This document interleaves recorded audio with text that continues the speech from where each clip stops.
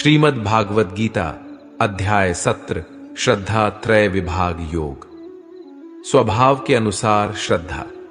अर्जुन ने कहा, हे कृष्ण, जो मनुष्य शास्त्रों के विधान को त्याग कर पूर्ण श्रद्धा से युक्त होकर पूजा करते हैं, उनकी श्रद्धा सतोगुणी, रजोगुणी, तमोगुणी या अन्य किस प्रकार की होती है? श्री भगवान ने कहा, शरीर धारण करने वाले सभी मनुष्यों की श्रद्धा प्राकृतिक गुणों के अनुसार सात्विक, राजसी और तामसी 3 प्रकार की ही होती है। अब इसके विषय में मुझसे सुन, हे भरतवंशी। सभी मनुष्यों की श्रद्धा स्वभाव से उत्पन्न अर्जित गुणों के अनुसार विकसित होती है। यह मनुष्य श्रद्धा से युक्त है। जो जैसी श्रद्धा वाला होता है वह स्वयं वैसा ही होता है, और सात्विक गुणों से युक्त मनुष्य अन्य देवी देवताओं को पूजते हैं।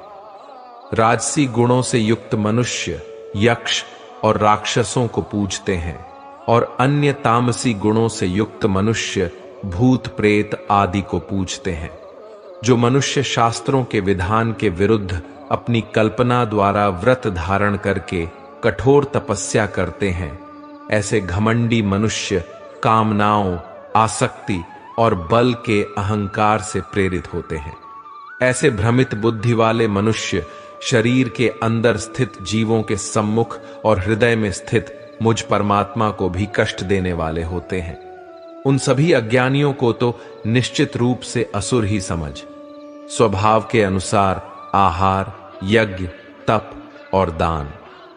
हे अर्जुन, सभी मनुष्यों का भोजन भी प्रकृति के गुणों के अनुसार 3 प्रकार का प्रिय होता है, और यज्ञ, तप और दान भी 3 प्रकार के होते हैं।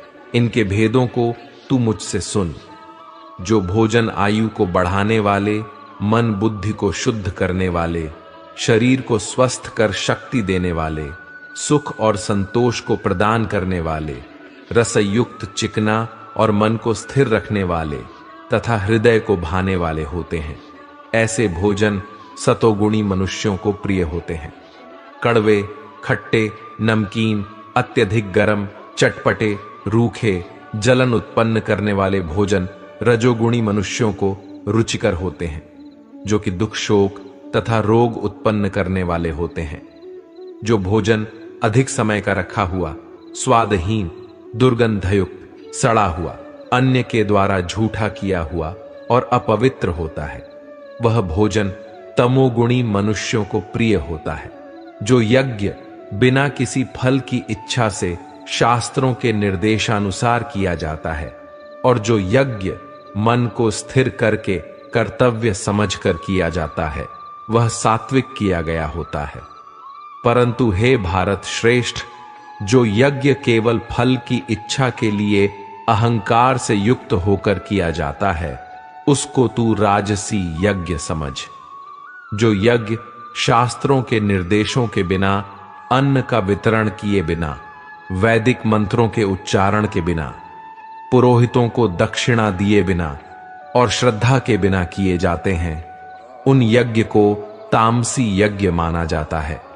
ईश्वर, ब्राह्मण, गुरु, माता पिता के समान पूज्यनीय व्यक्तियों का पूजन करना, आचरण की शुद्धता, मन की शुद्धता, इंद्रियों विषयों के प्रति अनासक्ति और मन, वाणी और शरीर से किसी को भी कष्ट न पहुंचाना शरीर संबंधी तप कहा जाता है।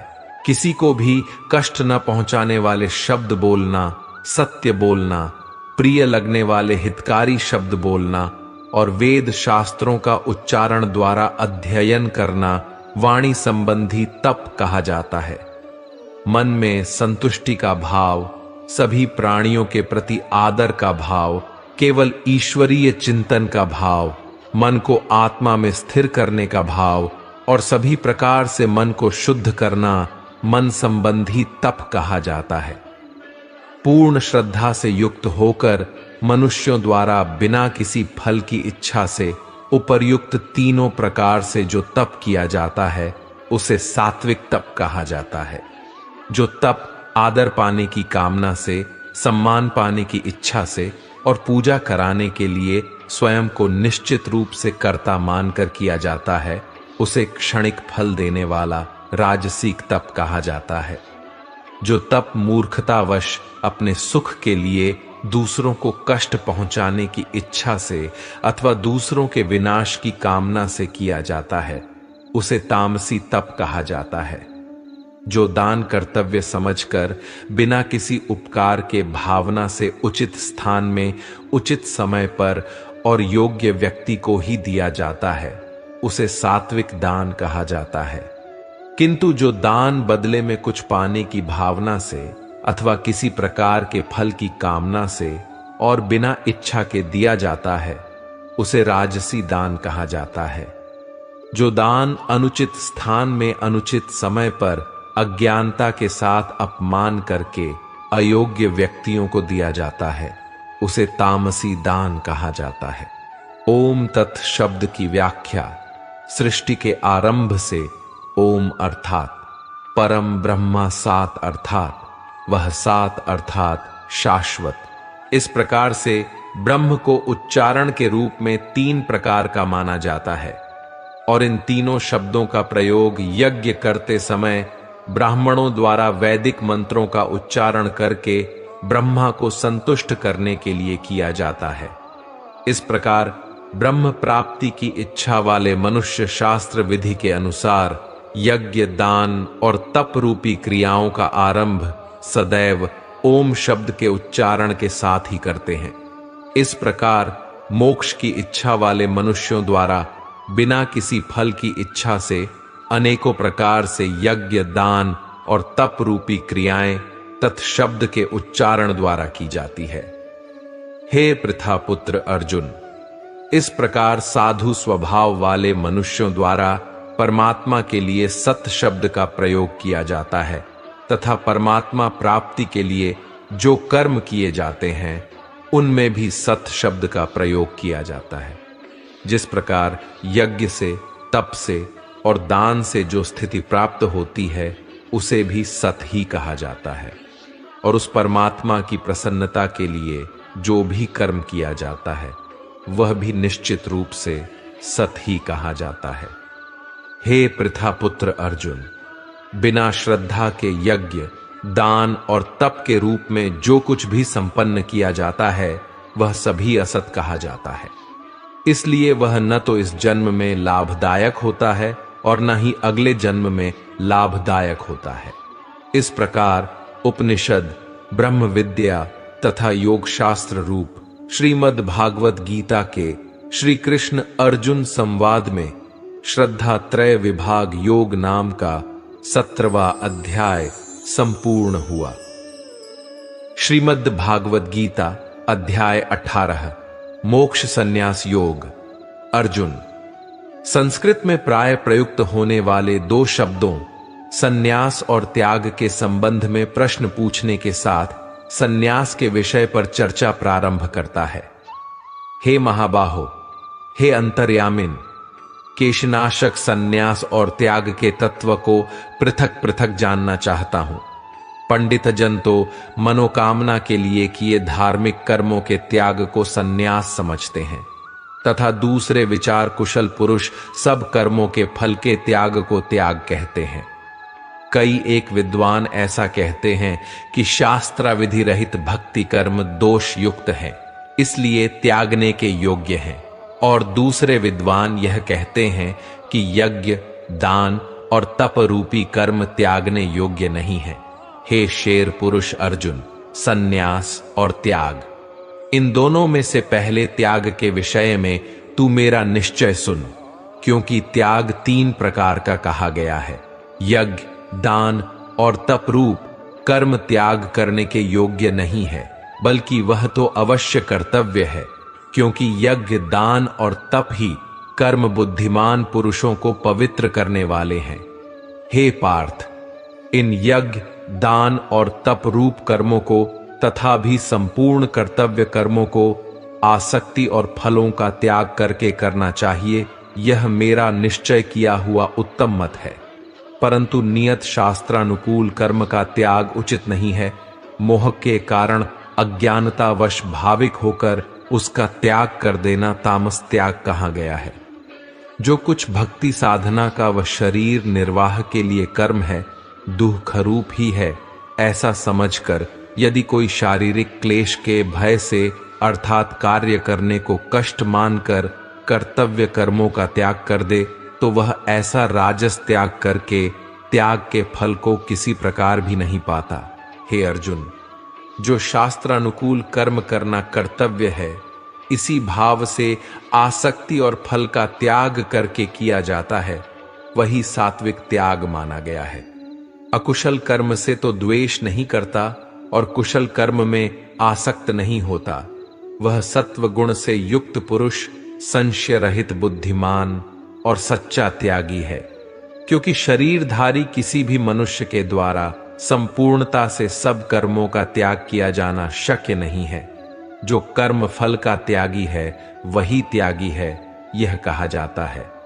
कर्म फल का त्याग न करने वाले मनुष्यों के कर्मों का शुभ अशुभ और मिला हुआ 3 प्रकार का फल मरने के पश्चात होता है, किंतु कर्म फल का त्याग कर देने वाले मनुष्यों के कर्मों का फल किसी काल में भी नहीं होता। हे महाबाहो, संपूर्ण कर्मों की सिद्धि के ये 5 हेतु कर्मों का अंत करने के लिए उपाय बतलाने वाले सांख्य शास्त्रा में कहे गए हैं, उनको तू मुझसे भली भांति जान। इस विषय में अर्थात कर्मों की सिद्धि में अधिष्ठान और कतृता तथा भिन्न भिन्न प्रकार के करण एवं नाना प्रकार की अलग अलग चेष्टाएं और वैसे ही 5वां हेतु दैव अर्थात ईश्वरीय देन है। मनुष्य मन, वाणी और शरीर से शास्त्रानुकूल अथवा विपरीत जो कुछ भी कर्म करता है, उसके ये 5 कारण हैं। परंतु ऐसा होने पर भी जो मनुष्य अशुद्ध बुद्धि होने के कारण उस विषय में यानी कर्मों के होने में केवल जीवात्मा अर्थात जीव को कतरता समझता है, वह दुर्बुद्धि वाला अज्ञानी यथार्थ नहीं समझता। जिसे मैं कतरता हूं ऐसा भाव नहीं है, तथा जिसकी बुद्धि लिपायमान नहीं होती, वह इन सब लोकों को मारकर भी न तो मारता है और न बंधता है। ध्याता ज्ञान और झेय, यह 3 प्रकार की कर्म प्रेरणा है, और कतरता करनी तथा क्रिया, यह 3 प्रकार का कर्म संग्रह है। गुणों की संख्या करने वाले शास्त्रा में ज्ञान और कर्म तथा कतरता गुणों के भेद से 3-3 प्रकार के ही कहे गए हैं। उनको भी तू मुझसे भली भांति सुन। जिस ज्ञान से मनुष्य पृथक पृथक सब प्राणियों में एक अविनाशी परमात्मा भाव को विभाग रहित संभाव से स्थित देखता है, उस ज्ञान को तो तू सात्विक जान। किंतु जो ज्ञान संपूर्ण प्राणियों में भिन्न भिन्न प्रकार के नाना भावों को अलग अलग जानता है, उस ज्ञान को तू राजस जान। परंतु जो ज्ञान एक कार्य रूप शरीर में ही संपूर्ण के सदृश आसक्त है, तथा जो बिना युक्ति वाला, बिना सोचे व बिना कारण के तुच्छ है, वह तामस कहा गया है। जो कर्म शास्त्रानुकूल कतरतापन के अभिमान से रहित हो तथा फल न चाहने वाले द्वारा बिना राग द्वेष के किया गया हो, वह सात्विक कहा जाता है। परंतु जो कर्म बहुत परिश्रम से युक्त होता है तथा भोगों को चाहने वाले पुरुष या अहंकार युक्त किया जाता है, वह कर्म राजस कहा गया है। जो कर्म परिणाम, हानि, हिंसा और सामर्थ्य को न विचार कर केवल अज्ञान से आरंभ किया जाता है, वह कर्म तामस कहा जाता है। कतरता संग्रहित अहंकार के वचन न बोलने वाला धैर्य और उत्साह से युक्त तथा कार्य के सिद्ध होने और न होने में विकारों से रहित सात्विक कहा जाता है। कतरता आसक्ति से युक्त कर्मों के फल को चाहने वाला और लोभी है तथा दूसरों को कष्ट देने के स्वभाव वाला अशुद्धाचारी और हर्ष शोक से लिप्त है, वह राजस कहा गया है। कतरता अयुक्त स्वभाविक घमंडी धूर्त और दूसरों की जीविका का नाश करने वाला तथा शोक करने वाला आलसी और आज के कार्य को कल पर छोड़ना तामस कहा जाता है। हे धनंजय, अब तू बुद्धिका और धृतिका भी गुणों के अनुसार 3 प्रकार का भेद मेरे द्वारा संपूर्णता से विभाग पूर्वक कहा जाने वाला सुन। हे पार्थ, जो बुद्धि प्रवृत्ति मार्ग और निवृत्ति मार्ग को, कर्तव्य और अकर्तव्य को, भय और अभय को तथा बंधन और मोक्ष को यथार्थ जानती है, वह बुद्धि सात्विकी है। हे पार्थ, मनुष्य जिस बुद्धि के द्वारा धर्म और अधर्म को तथा कर्तव्य और अकर्तव्य को भी यथार्थ नहीं जानता, वह बुद्धि राजसी है। हे अर्जुन, जो तमोगुण से घिरी हुई बुद्धि अर्धम को भी यह धर्म है ऐसा मान लेती है तथा इसी प्रकार अन्य संपूर्ण पदार्थों को भी विपरीत मान लेती है, वह बुद्धि तामसी है। हे पार्थ, जिस अव्यभिचारिणी एक इष्ट पर आधारित धारण शक्ति से मनुष्य भक्ति योग के द्वारा मन, श्वास और इंद्रियों की क्रियाओं को धारण करता है, वह धृति सात्विकी है। परंतु हे पृथापुत्र अर्जुन, फल की इच्छा वाला मनुष्य जिस धारण शक्ति के द्वारा अत्यंत आसक्ति से धर्म, अर्थ और कामों को धारण करता है, वह धारण भक्ति राजसी है। हे पार्थ, नीच स्वभाव वाला जिस निंद्रा, भय, चिंता और दुहक को तथा नशे को भी नहीं छोड़ता, वह भक्ति धारणा तामसी है। हे भरत श्रेष्ठ, अब 3 प्रकार के सुख को भी तू मुझसे सुन। जिस भजन अभ्यास में लीन रहता है और जिससे दुखों के अंत को प्राप्त हो जाता है, जो ऐसा सुख है वह आरंभ काल में यद्यपि विष के तुल्य प्रतीत होता है, परंतु परिणाम में अमृत के तुल्य है। इसलिए वह परमात्मा विषयक बुद्धि के प्रसाद से उत्पन्न होने वाला सुख सात्विक कहा गया है। जो सुख विषय और इंद्रियों के संयोग से होता है, वह पहले भोग काल में अमृत के तुल्य प्रतीत होने पर भी परिणाम में विष के तुल्य है, इसलिए वह सुख राजस कहा गया है। जो सुख तथा पहले भोग काल में तथा परिणाम में आत्मा को मोहित करने वाला है, वह निंद्रा, आलस्य और प्रमाद से उत्पन्न सुख तामस कहा गया है। पृथ्वी में या आकाश में अथवा देवताओं में फिर कहीं भी वह ऐसा कोई भी सत्व नहीं है जो प्रकृति से उत्पन्न इन तीनों गुणों से रहित हो। हे परंतप, ब्राह्मण, क्षत्रिय और वैश्यों के तथा शूद्रों के कर्म स्वभाव से उत्पन्न गुणों के द्वारा विभक्त किए गए हैं। छुआछूत रहित तथा सुख दुख को प्रभु कृपया जानना, इंद्रियों का दमन करना, धार्मिक नियमों के पालन के लिए कष्ट सहना, बाहर भीतर से शुद्ध रहना अर्थात छल कपट रहित रहना, दूसरों के अपराधों को क्षमा करना, मन, इंद्रिय और शरीर को सरल रखना, शास्त्राविधि अनुसार भक्ति से परमेश्वर तथा उसके सतलोक में श्रद्धा रखना। प्रभु भक्ति बहुत आवश्यक है, नहीं तो मानव जीवन व्यर्थ है। यह साधारण ज्ञान तथा पूर्ण परमात्मा कौन है, कैसा है, उसकी प्राप्ति की विधि क्या है, इस प्रकार का ज्ञान और परमात्मा के तत्व ज्ञान को जानना तथा अन्य तीनों वर्णों को शास्त्रा विधि अनुसार साधना समझाना ही ब्रह्म के विषय में कर्तव्य कर्म को जानने वाले ब्राह्मण के कर्म हैं, जो स्वभाव जनित होते हैं, क्योंकि भगवान प्राप्ति के विषय में भक्त के स्वाभाविक कर्म हैं। शूरवीरता, तेज, धैर्य, चतुरता और युद्ध में भी न भागना, दान देना और पूर्ण परमात्मा में रुचि, स्वामी भाव, ये सब के सब ही क्षत्रिय के स्वाभाविक कर्म हैं। खेती, गौ रक्षा और उदर के लिए परमात्मा प्राप्ति का सौदा करना, ये वैश्य के स्वाभाविक कर्म हैं, तथा सब वर्णों की सेवा तथा पूर्ण प्रभु की भक्ति करना शूद्र का भी स्वाभाविक कर्म है। अपने अपने स्वाभाविक व्यवहारिक कर्मों तथा सत्य भक्ति रूपी कर्मों में तत्परता से लगा हुआ मनुष्य परम सिद्धि को प्राप्त हो जाता है। अपने स्वाभाविक कर्म में लगा हुआ मनुष्य जिस प्रकार से परम सिद्धि को प्राप्त होता है, उस विधि को तू सुन। जिस परमेश्वर से संपूर्ण प्राणियों की उत्पत्ति हुई है और जिससे यह माया रूप समस्त जगत व्याप्त है, उस परमेश्वर की अपने स्वाभाविक कर्मों द्वारा अर्थात हठ योग न करके सांसारिक कार्य करता हुआ पूजा करके मनुष्य सिद्धि को प्राप्त हो जाता है। गुण रहित स्वयं मनमाना अर्थात शास्त्र विधि रहित अच्छी प्रकार आचरण किए हुए दूसरे के धर्म अर्थात धार्मिक पूजा से अपना धर्म अर्थात शास्त्र विधि अनुसार धार्मिक पूजा श्रेष्ठ है। अपने वर्ण के स्वाभाविक अर्थात जो भी जिस क्षत्रिय, वैश्य, ब्राह्मण व शूद्र वर्ण में उत्पन्न है, कर्म तथा भक्ति कर्म करता हुआ पाप को प्राप्त नहीं होता। हे कुंती पुत्र, दोष युक्त होने पर भी सहज योग अर्थात वर्णानुसार कार्य करते हुए शास्त्र विधि अनुसार भक्ति कर्म को नहीं त्यागना चाहिए, क्योंकि धुएं से अग्नि की भांति सभी कर्म दोष से युक्त हैं।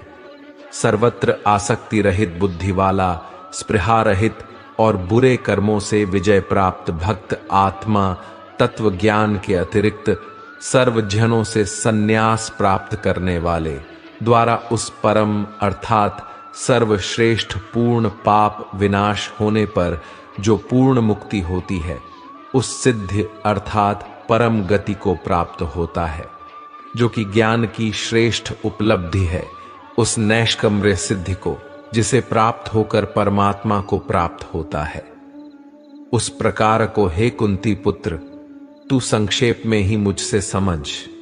विशुद्ध बुद्धि से युक्त तथा सात्विक धारण शक्ति के द्वारा अपने आप को संयमी करके और शब्दादि विकारों को त्याग कर राग द्वेष को सर्वदा नष्ट करके अन्न जल का संयमी व्यर्थ वार्ता से बचकर एकांत प्रेमी मन कर्म वचन पर संयम करने वाला निरंतर सहज ध्यान योग के प्रायाण वैराग्य का आश्रय लेने वाला अहंकार शक्ति घमंड काम अर्थात विलास क्रोध परिग्रह अर्थात आवश्यकता से अधिक संग्रह का त्याग करके ममता रहित शांत साधक पूर्ण परमात्मा को प्राप्त होने का पात्र होता है।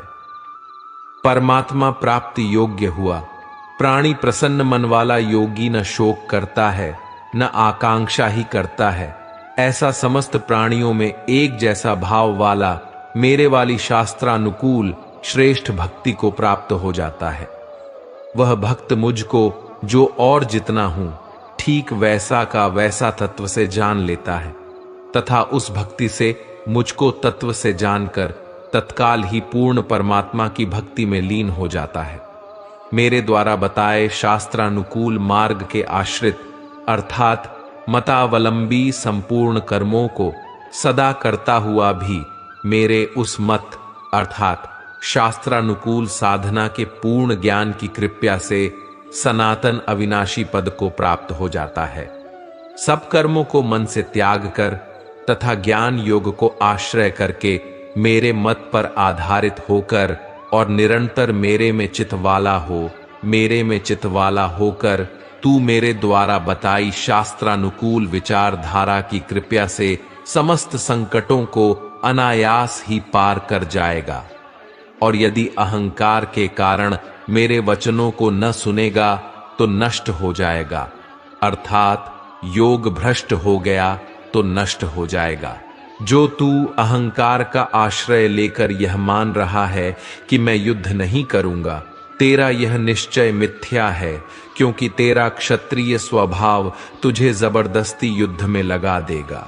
हे कुंती पुत्र, जिस कर्म को तू मोह के कारण करना नहीं चाहता, उसको भी अपने पूर्वकृत स्वाभाविक क्षत्रिय कर्म से बंधा हुआ परवश होकर करेगा। हे अर्जुन, शरीर रूप यंत्रा में आरूढ़ हुए संपूर्ण प्राणियों को अंतर्यामी ईश्वर अपनी माया से उनके कर्मों के अनुसार भ्रमण करवाता हुआ सब प्राणियों के हृदय में स्थित है। हे भारत, तू सब प्रकार से उस परमेश्वर की ही शरण में जा।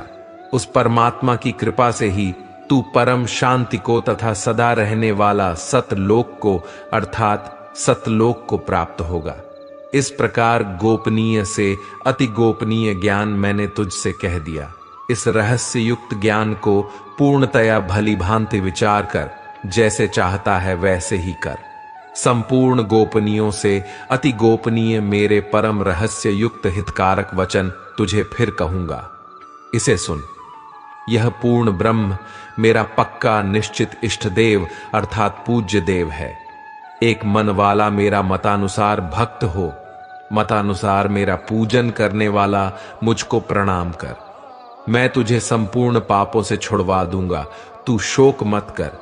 तुझे यह गीता रूप रहस्यमय उपदेश किसी भी काल में न तो तप रहित मनुष्य से कहना चाहिए, न भक्ति रहित से, और न बिना सुनने की इच्छा वाले से ही कहना चाहिए, तथा जो मुझ में दोष दृष्टि रखता है उसे नहीं कहना चाहिए।